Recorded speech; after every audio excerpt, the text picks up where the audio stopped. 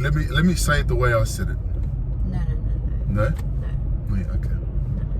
Why not? No. Alright. No, I want to say how I asked you the question. I'm on a spaceship, feel like a holiday. Say I won't make it, but I'm on the way. I couldn't settle for basics, no control of me. Ice up on my wrist, I think she noticing. What up? Hey guys, welcome to another episode of D&M Drives with Nana and Kini. Episode 16, baby, 16. You sure it's 16? It's 16, trust me, it's 16. Okay. And if I'm wrong, all goods. Guys, we're just gonna jump straight into it. But before that, well, that's not jumping straight into it. Let's get straight into it. So we're driving down the M7. Oh yes, so today is Friday the 25th of June. It is about 3:25. Why do you always mention the day we do our drop? No, so it's diary month. Oh, okay, yeah, okay, cool. It's like a diary entry. Okay, yeah. Because we're just dropping episodes and then like we don't always upload it like on the day. Yeah, so we were I'm timestamping our Alright, videos cool. for our kids. Cool. Our main jelly beans. Alright, let's go. Yeah, so we're Let's just go. on our way to a baptism, the second baptism for the day. And this is in Quakers Hill, so we're really excited. I just remembered. We want to give a shout out to our #1 viewer. Do you know our number? Oh, Litea lost it, Taukafa. There, Bear. Hello, there, It's our niece, my niece, she's always We watching our love you. videos. She always runs up, she's like, Auntie, look. Yes. So all our views, she puts up our views. Yeah, she's the one getting us the thousands of views. Thank you there, Bear. We love you. So last episode we spoke about, the topic was breaking my silence. Yes. So just a quick recap for that. Recap. About that. I was basically talking about how keeping silent about my sexual abuse, I guess, added to the trauma. And how keeping silent about it, I feel like I'm not making sense. Yeah, you are making sense. Yeah, just how keeping silent about it was just like a big no-no for me, because burying it for almost 20 years, literally, from the first time it happened, you're just not able to heal because you bottle it up and you just bury it so deep, and with time it just gets deeper and deeper and deeper. So today's episode, we wanted to talk more about exactly how I've personally broken my silence on my story. Cool. Do you want to add anything with that? Before we get into the how did it feel to record that? Because I know that was a big step for you to record it and have that conversation. And we went deep, No, you went deep. You know me. But and then to do that and then to put it out to the world. How was that? Well, I think just within during the video. So we don't like edit. Like what you see is what you get. Like the only thing that we do is we put on a slide with the title at the beginning, but we don't edit anything out. But during it, you were going deep. You were pushing it, to be honest. And I had to kind of just gather myself because that was a lot. It was a lot. It's like you're pressing for I felt like I'm being interrogated. You're pressing for information. Which for me, in my stage of my journey, is needed. Yeah. If you had done that to me at the beginning of my journey, I would have just shut off completely.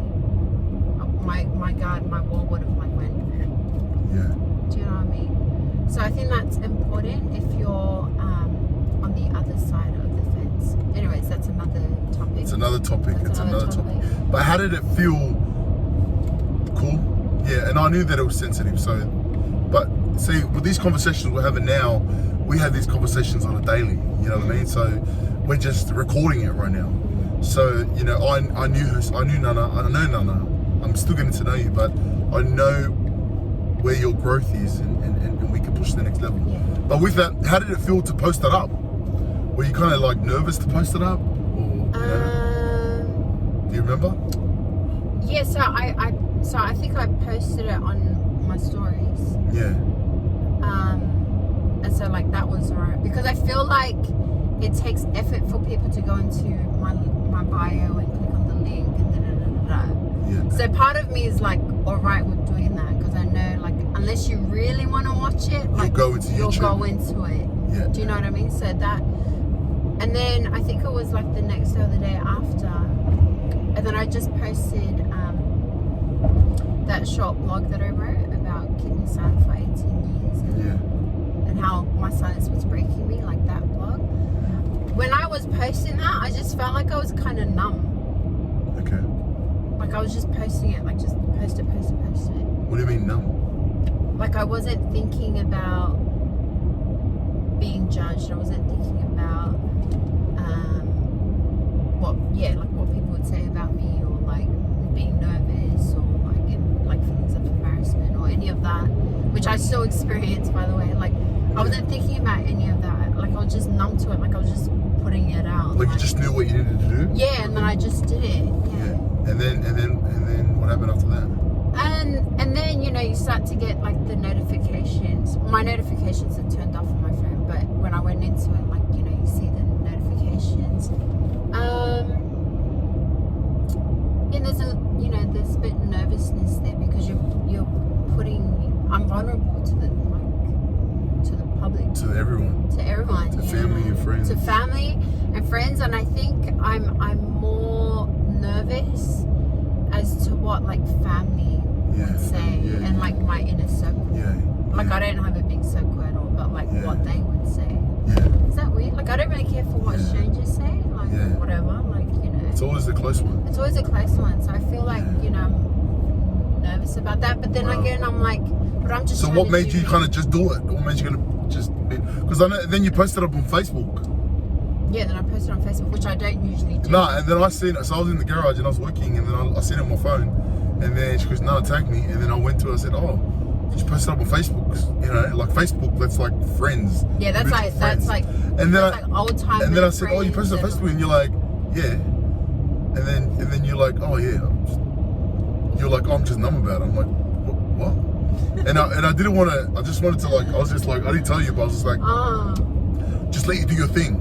Yeah. Because I'm constantly telling Nana, I'm like, put it out there. Like, you're telling me. Put it out. Like, put content out, because it's your story.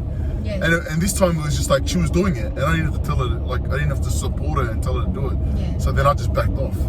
Yeah, that's what I mean. I just found out, like. Just but how did you feel after it? Did you the day after? Did you have time to think about it? Did it kind of sinked in? Yeah, it was. I think part of me is like, it's better be worth it. Yeah.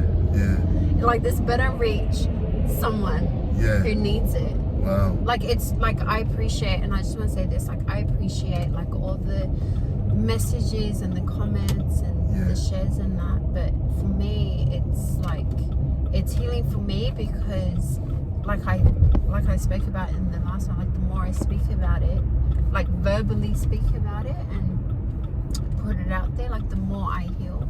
But in so doing, I really hope that it reaches that person out there, like who's not liking it, who's not commenting, who's not messaging me. So you still kind of feel like nervous and feel anxiety towards kind of putting it out there. Anxious. I still anxious feel about anxious. it. Yeah, I still feel anxious. So why do you still do it? Because I've been prompted to do it. Feel prompted? Yeah. Prompted by my voice? A bit of both, you know. Yeah. No, but honestly, I just had this conversation last night with someone about like just like working on goals, because this is a goal of mine. Yeah. Well, I have another goal, but like this is working towards that goal. But she asked like, you know, what changed, because we spoke about like a few months ago, like just how we're kind of just feeling like we're at a plateau, kind of like feeling blah kind of thing. Yeah. She asked me kind of like what's changed, and that for me, part of it is like, I know that I've been prompted to do it, and it's I feel your mission. I feel like it's my purpose, It's like your my calling. God-given purpose. I feel this is it, and because I have that bigger perspective of it, like I don't really care what people have to say. You're phenomenal. Like I care, but I don't care. I care, but I don't care that much enough to stop me. It's powerful. You know what? That sounds so like, all right, but really like that is a big deal for me to put myself. Tony out Robbins like that. talks a lot about being pulled. You know, a lot of people like pulled. Let's say he talks about like visions, like goals. A lot of people set goals, and you know these goals don't really push them. They push them, but he talks about the importance of being pulled towards something. You know, when we're pulled towards something, then we're pulled towards something bigger than us. Therefore, it helps us to overcome ourselves. And that's what I see what you're doing. You know what? One thing I just want to acknowledge. So our last episode we spoke about speaking up and not being silent. And one thing that I want you guys to understand and see in what Nana's doing, I know she's my wife, but like she's doing it. You know, what we're talking about breaking silent, Nana's doing it. Even though you still kind of feel like anxiety about it and like, you know, just like, anxious, you still do it anyways. I kind of cringe at myself too, but yeah, you kind of cringe. You're like, "What? Did I just do that?" But you still do it anyways. And I think a lot of people, that's what people are experiencing. That's why people don't speak up. Oh, and I get it. Yeah. I get it. Like I think, like if you're just new, because we've had like a few new subscribers and followers. Like if you're just I lost my train of thought. If you just come into our world. If you're just coming, like me speaking like this isn't just like a overnight thing. Like this is literally years. Like that's gotten me to this point where I'm speaking up and I'm sharing my story to everyone. So it's not an overnight thing, and I get it. Like this, like my trauma was something that I was going to keep to myself. Wow. You know, to the deathbed. So it's taken me years. So don't think or feel discouraged if like you're struggling to break your silence, because it does take time. It takes time. So it's a good leeway into kind of the question. So we spoke a lot about why we need to kind of speak up for those that are going through it, to speak up. Yeah. So how do they do it? Let's just say for example, there's someone that is watching that has told themselves that they're never going to tell anyone. How or what are the steps that they could take to get them to a point where, you know, where you are right now? Yeah. Do you know what? I want to be careful in giving advice. I think I would rather just share my experience and like let them take what they feel would work for them. So let's talk about like the first time I spoke up. Yeah.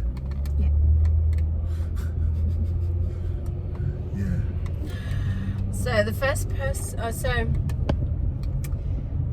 person that I ever told was this guy, and this was 2 years into our marriage. This was like 2016. So we got married in 2014. This was like 2016. And we were driving home. It's always on drives, eh? It's the D&M drives, man. It's the drives. It was a drive. So those couples out there, they got kids, get the kids in the car, put them in bed and drive. It's the highway buzz. So we were driving and you asked a question. It was Sunday evening. I was in the meetings and I just felt, you know, I felt prompted to ask my wife the question. And you asked me a question whether I had been sexually abused. And I was driving and Wait, let me say it the way I said it. No. No? No. Wait, okay. Why not? No. Alright. No, I want to say how I asked you the question. No, but the question. So trust me. So when we're driving, I felt prompted. I just felt like ask Nana these questions. So Nana was driving and I was sitting next to her and I was just asked her this. I said, to be honest, how I was feeling, I was like, oh, I don't know if I should ask her. But then I just said this. It was pretty quiet and I said to her, I said, Nana, I'm just gonna ask you once.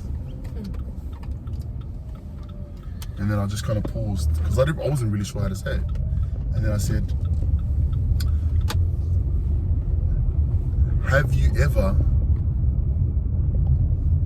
been sexually abused? And then I pulled over to the side of the road and I just started crying. Not crying, I started bawling.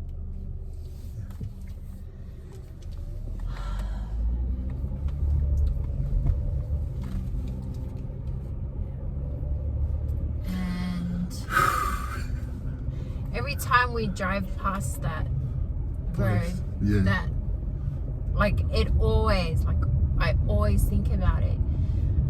Do you know that? I think I've said it to you a few times, but like literally every time we drive past that spot, and we drive past that spot like on a weekly basis. Yeah, it's on the way to church. It's on the way to church, so like, you know, I always have that memory pop up, and yeah, pulled over and just started bawling.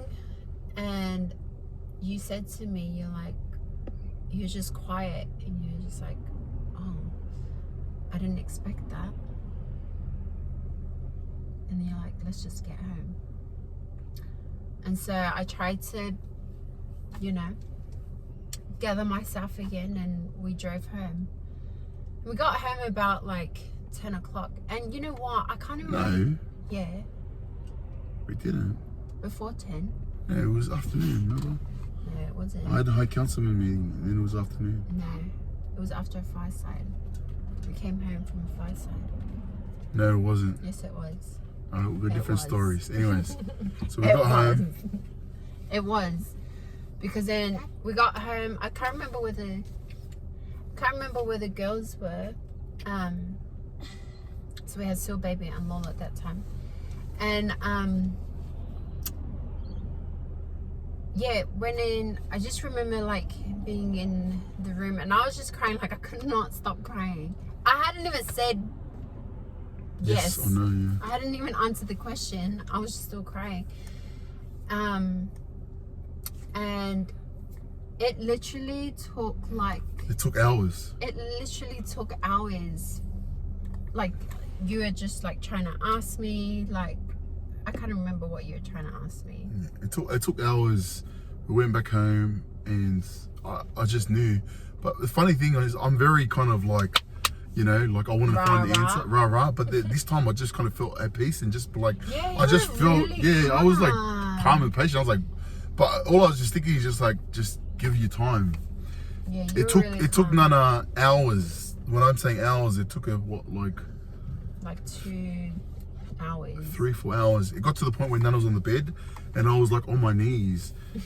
I was on my knees, yeah. remember? And then I was saying like, talk to me. Like Nana just didn't want to talk to me. Yeah, but I couldn't. Like, I physically couldn't. Like, I couldn't get past. I couldn't get past the emotions that I was experiencing, because what was going through my mind was, oh my gosh, like someone knows. Like, it was that. Like, this is no longer a secret. Like, you think about like a secret, something that you've kept to yourself. Like, It's kind of like buried, just buried all the way in. yeah, like a secret. Like, what's a secret? I can't even think of a secret, but you know, like just holding something to yourself, and only you know. And then like someone finds out about it. Like, it was like that. I felt kind of like exposed. I felt very vulnerable. Wow. You know, and I know it's like only you, but that's how it felt. And I was just sobbing. Like, I could not like, first of all, like when you're sobbing, like you can't even speak, but like I just physically could not get it out of my mouth and be like, yes, I have been abused. Like I couldn't even get that much out, and it literally took hours. And you know what, guys, we're gonna leave it there. We'll continue the story in our next episode. No, you can't do that. Look, let's at least leave it on, because I know we've got time, but like just leave it on this. No. Like, what would you say? Because, you know, what would you say to someone out there that is just, that knows that they need to not be silent? What would you just say to her out of like what would just be one counsel? Like, what would you just say to them? Yeah, you know what? Just to show, you know, is it just showing empathy towards them? Is it just saying to them, hey, it is going to be hard? You know, what would you say to them? If there's one thing you're able to say to them, so we can leave it on that. What would it be? I think if you have not said nothing to no one, I think that what I would firstly do is I would look within my circle, like, who can I trust? Who do I feel safe with? Who do I trust? And when I say trust, like, there are a lot of people that you can trust, but who can I trust with my feelings? Who can I trust that can empathize with me? So I think that would be like the first thing, like just identify the one person or the few people that you could potentially open up to. That's what I would say. Just do that much. Just to start thinking about who you're gonna speak to. Yeah, just try to identify like who. I think it's the first thing will probably just be thinking about it. Thinking, convincing yourself to say something. Yeah. Does that make sense? Yeah. But I think when you identify someone who you can open up to, you feel a little bit more confident in wanting to break your silence. So we'll leave it there. Cool episode. That was raw. What was that? That was raw. That was raw and raw. Much love. Much love. Thank you, guys. And sorry, we always forget to say this. Trigger warning. We always forget. I didn't mean to. Please share this, or if you know of anyone, you know, copy the YouTube link and just send it to them. Yep. You know, if it true. Yeah. Just send it to them privately. Don't tag them, please, guys. Yeah. But yeah, much love. So, baby, got anything to say? Lola. All right, guys. Bye.